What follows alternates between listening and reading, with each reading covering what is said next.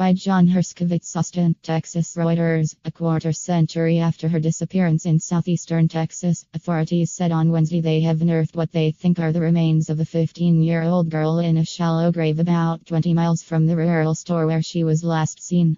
The Wharton County Sheriff's Office and others are working to confirm that the remains are those of Rosemary Diaz, last seen in 1990 working at Danes County Store in the small town of Danvang, about 125 miles southeast of Austin, authorities said.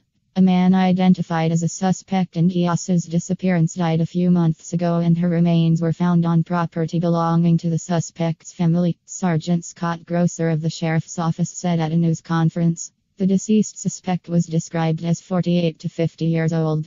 We found the remains 25 years to the day that she went missing, Bill Copeland, the chief deputy for the sheriff's office, said by telephone.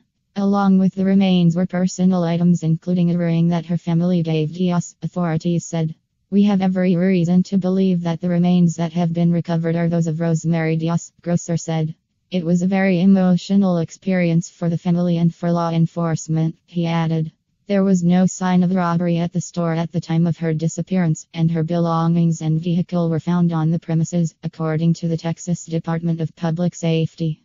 Reporting by John Herskovitz, editing by Will Dunham, Crime & Justice Society & Culture.